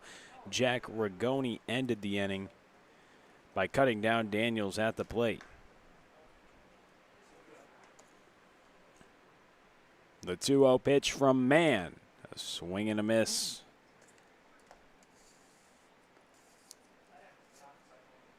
Both sides, he's been pretty well. Full Gage Cruz on that one. 2 balls and a strike. You have a free swinger on a 2-0 count. But man pulls the string. Here in a 5-1 ball game, top of the 6th. The pitch. A swing and a miss. He gets Cruz again. 2 balls, 2 strikes. Cruz is 0 for 2 with a couple of strikeouts swinging. As we mentioned, Luke Mann making his 3rd appearance. He's struck out 9 hitters in 4 innings. And came in last inning, faced 1 hitter, struck him out, the 3-hole Tyler Fogarty to end the inning. The breaking ball doesn't drop in there, misses upstairs. 3 balls, 2 strikes. First hitter here in the top of the 6th, Gage Cruz. Matt Westfall is next. Cruz gave up on that pitch by the time it was about halfway to the plate and almost dropped in there for a strike. The full count pitch. Cruz lays off. Doesn't go around, and he'll reach on the bases on balls. To start off the 6th, we'll see if the Gems can't get a rally together. They trail by 4 runs. They just have 6 outs to work with now in the top of the 6th inning. Luke Mann trying to close the door. Nobody throwing in the Cavemen bullpen. If Bradley tries to throw him out there for the 6th and 7th, he did get 1 out in the 5th, faced 1 hitter and struck him out in Tyler Fogarty, but starts the 6th with a walk, now facing Matt Westfall. First pitch misses low, 1-0 the count. Westfall fouls that back to the screen, a ball and a strike. Westfall walked in the 2nd and popped out to the catcher in the 4th. He's 0 for 1. He was stranded on 3rd base, but Josh Hoffman in the 2nd inning worked out of a bases-loaded, nobody-out jam to strike out a couple hitters and got a pop out. That seemed like it was really something that could come back to bite the Gems, and it has. Their only run has been a Kylan Cunningham home run. You look back on those situations, and we talked about it. Westfall smokes this one to left, and he has a knockoff man. Runners on 1st and 2nd. But maybe they can make up for it here. They have a good opportunity. Lane Baremore at the plate. He's single back in the 2nd, hit by pitch in the 4th, and he comes up here in the latter stages of this game against Luke Mann. With runners on 1st and 2nd in the top of the 6th, his team trails by 4 runs. They're looking for base runners. Coach says, any way you can right now, let's chip away. We've got 6 outs to work with off the right-hander.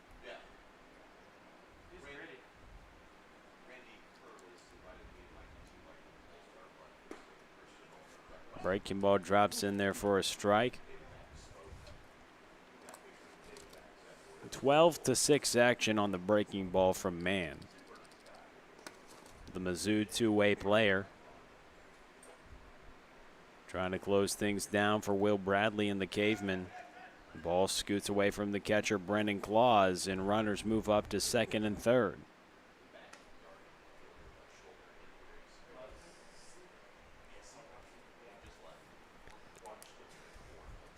So Lane Baremore with a couple of ribby opportunities out there. A ball and 1 strike. Things could get interesting. Baremore, Ragoni is next if the Gems can execute here. Primetime situation to scratch some runs across against the right-handers. 2nd and 3rd, nobody out. And now a hitter's count for Mr. Baremore, 2 balls and a strike. Man getting the signs from Brennan Claus. The pitch. It's stroke to center field. Seth Halverson is under it. He has a great arm in center. Cruz is tagging. He throws it to 2nd, and Cruz comes around to score. So a sacrifice fly for Baremore. Cruz comes to score. Westfall stays put at 2nd, 1 away. Just a great job. Team at bat, get a ball in the air in the outfield. Baremore's got enough strength to get it out there deep enough, and he does just that. And even with a good arm in center field, Halverson, that ball just too deep and too far in the gap for him to get around that. Maybe if he had a chance to get around that ball a little more, he maybe could have fired home, but just a little too deep, and just a nice team at bat there for Baremore. Jack Ragoni to the plate. First pitch taken low. 1-0 the count. And good heads-up play there by Halverson, knowing he was a little too deep to throw home. He fired in a second, maybe just in case Westfall gets a little too far off second. Maybe you can backpick him. Ball's fouled to the left side, a ball and a strike. Just so you guys know, a time switch tonight. The doubleheader tonight will flip-flop to the original, from the original scheduled times. The Falcons and Hoots will start at 5:30, and then the Cornbelters and Eagles will follow that game. Originally, it was going to be the Falcons and Hoots in the nightcap, but they're moving up. You're moving the Cornbelters and Eagles back, but you can't complain. Now the nightcap is the top two teams in the league. You're in a 5-2 ball game after the run comes across.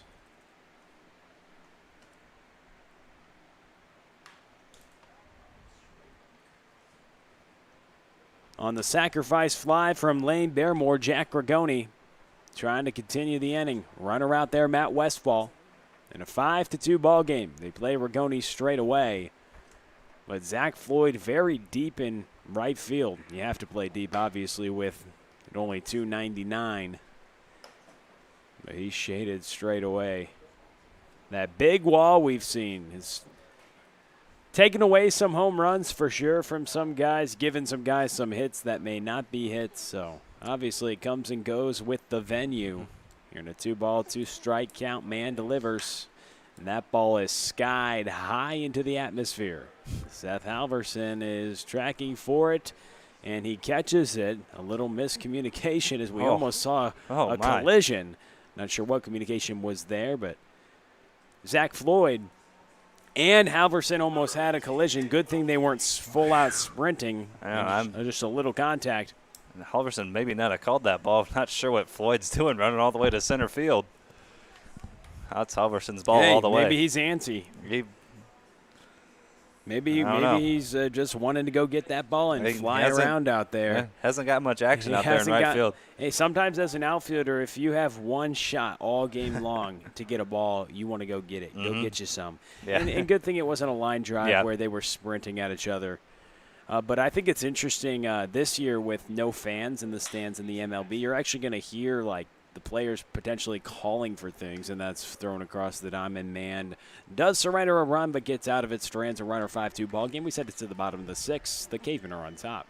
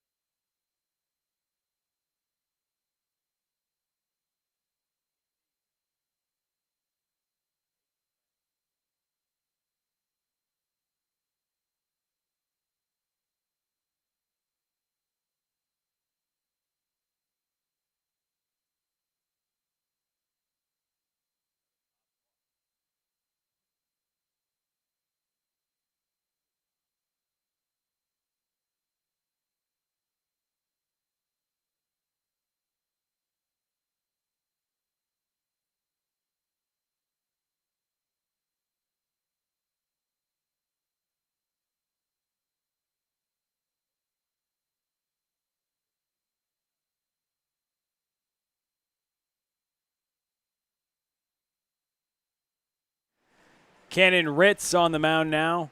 the left-hander coming into the ball game. So it was Sieglitz, then Caton, and now Ritz making his second appearance this summer. A swing and a miss. Ritz just threw a third of an inning, surrendered a couple of hits and 3 earned runs, had 1 strikeout. The 1 out he's got so far this summer. As the pitch is up and away. As he faces 1, 2, 3, the top of the order for the Cavemen. In the bottom of the 6th, a 5-2 ball game.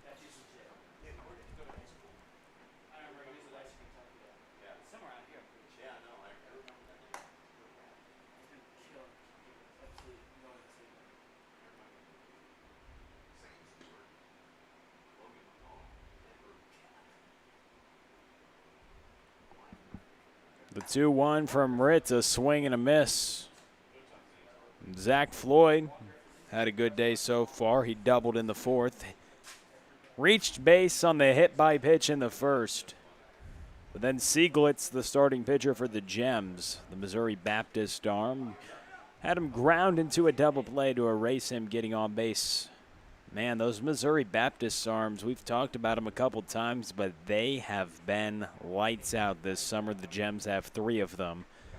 Lemkool, Palmier, and Sieglitz. Jackson Keller on the hoots, another big-time one. Pitch inside. This is Cannon Ritz. Works a 2-ball, 2-strike count against Zach Floyd. Bottom of the 6th inning. Luke Mann, the pitcher for the Cavemen. And Floyd reaches base on the free pass to lead off the bottom of the 6th inning. Seth Halverson to the plate. He's 0 for 3 with a strikeout, a ground out, and a fly out. He comes to the plate. Luke Mann on deck. The top of this Caveman order, looking for some insurance. They lead by 3 runs. Looking for a victory. They're 4-7-1 on the season. And any insurance runs they can get. A 3-run lead is nice, but 4, 5, or 6 would be even nicer. Especially with the middle of your order, you want to get a couple of runs, make it that much easier to close out the ball game.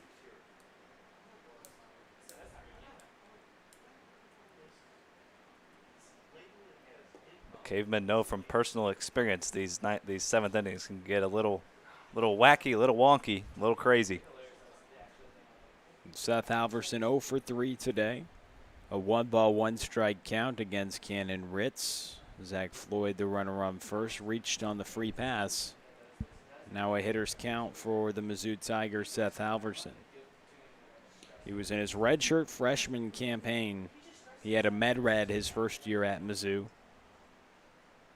Ritz is a left-hander out of CBC High School.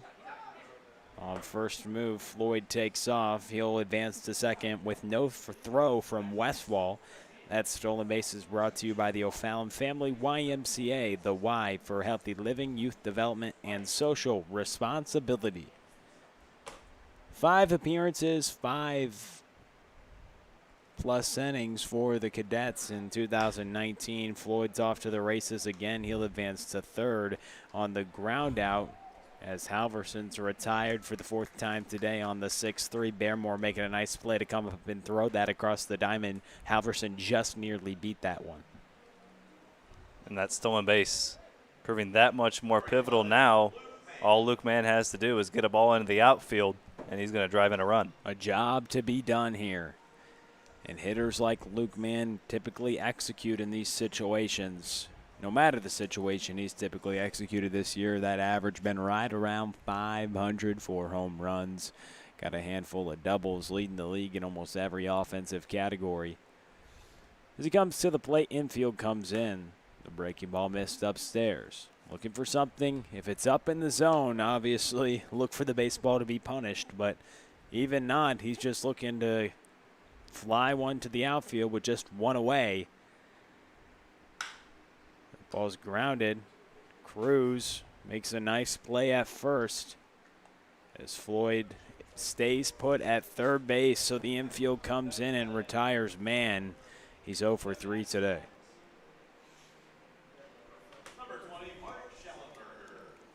And when you shift an offense, when you shift and you bring the infield in, or you even, like they have Schallenberger now, they're shading him to pull a couple steps. The pitcher may try to switch the way he pitches to a hitter if they all shift to the right side, and you might throw him inside. Other people take the approach is if we throw him outside, that will induce more weak contact because pulling it's in his wheelhouse. So each pitch, the defense has to be on alert of what could typically be the likely outcome of the pitch, and that is all determined by the count. And in Luke Mann's case, it's a good job. I mean, they always tell you keep the ball down against these good hitters. And obviously Luke Mann, they want to keep the ball down. If anything in the air, that's obviously scoring because he's putting a ball deep into if he has a ball up towards his eyes. I mean, that's a big left-handed hitter like him, his wheelhouse. It's like when you're playing the show and you have those little red zones. Like he's hot here, he's hot here. The whole zone has been hot for him. So dark red. It's not. You don't know where to pitch to him, but for a left-handed hitter, I know down and in is typically their wheelhouse. But with a runner on third base, you don't want the hitter to elevate the ball. So you have to be careful with that because elevating the ball a lot of the time isn't the way to go unless you have a high spin rate fastball with a lot of negative vertical break on it to be able to perceive it like it's riding up in the zone. And you can get those metrics from something like a Rapsodo or something to see, hey, where does my fastball play best in the zone? And so there's kind of a change in thinking about how pitchers can pitch more up in the zone. Not obviously liberally all the time, but to be able to do it with a grain of salt here and there, and especially potentially climb the ladder just because it gets up on guys a lot. The high strike is something that's very interesting. A strike right there catches Schallenberger looking. Ritz strands the runner on third base. We send it to the seventh. On Car Shield Collegiate League TV.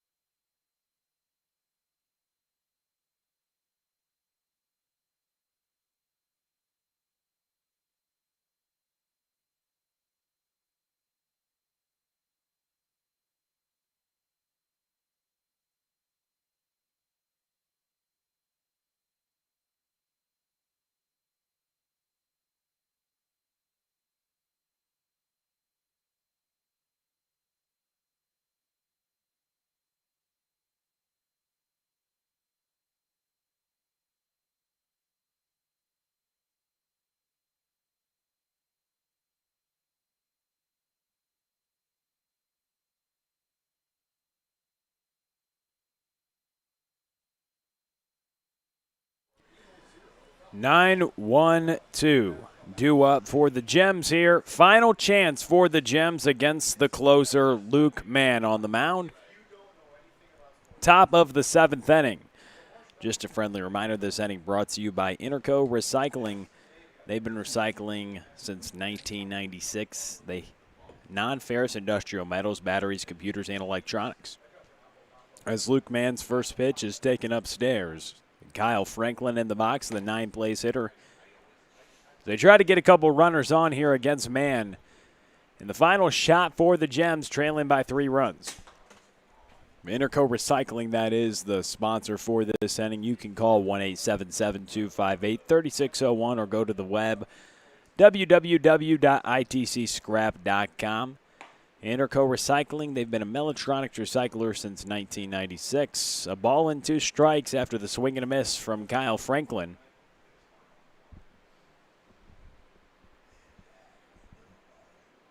Kyle Franklin 0 for 2 with a strikeout. The 1-2 pitch is popped up. We'll do it again.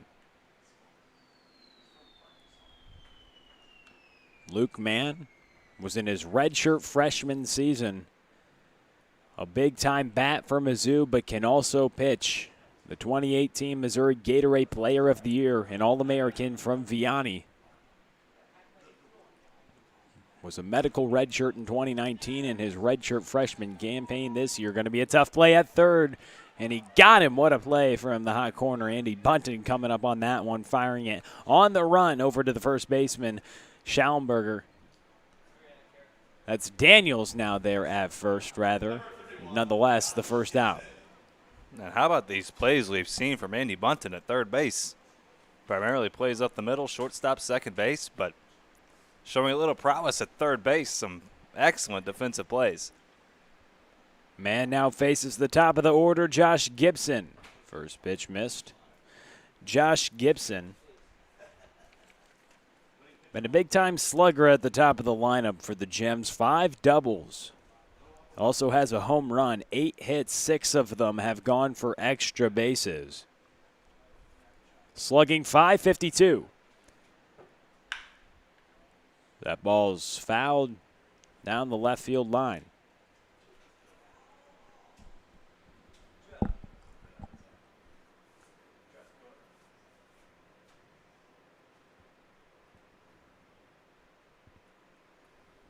The 1-1 from Mann is popped up. Under it is Colin Turnbow. He calls everybody off and catches it for the second out. So Mann got a couple quick ones. Can the Gems still make this one an interesting inning? Kylan Cunningham will tell us that. He had an interesting at-bat last time. Hammered the baseball into the bullpen for a home run. Ultimately chased Hoffman from this ball game as well. Knocked the starting pitcher out as Mann has now worked through the lineup one time. This is the first time he faces Cunningham. Cunningham hit a home run in the top of the 5th inning. Then Mann came in and struck out the hitter on deck, Tyler Fogarty, the 3rd spot in the order. And he worked the 6th, did surrender 1 run, and now he's got a couple quick outs in the 7th. This ball is smoked to right, and this should do it. It does. And the Gems fall. Luke Mann shuts the door. 5-2 Cavemen victory. Just so you know, we've got ball games tonight and a little bit of changes coming on. The doubleheader tonight will be flipped. It's the Falcons and the Hoots, and then the Corn Belters and the Eagles. Originally was going to be the Falcons and Hoots in the nightcap and the Corn Belters and Eagles at 5:30. But just so you know, it's the Falcons and the Hoots at 5:30. We'll be back for you then. But for now, take it easy, relax, and then come back for a couple more games of baseball tonight. That's a final 5-2 Cavemen. Thanks for joining us. For Charlie Bornoff and Shane Holsey, I'm Will Connerly. Happy opening day for Major League Baseball, and farewell to all you fans. See you tonight.